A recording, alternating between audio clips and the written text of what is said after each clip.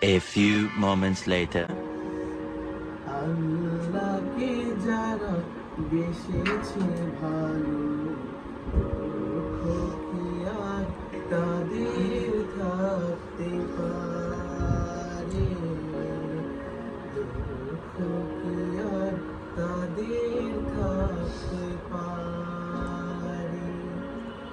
আল্লাহকে যারা বেসেছে ভালো, দুঃখ কি আর তাদের থাকতে পারে?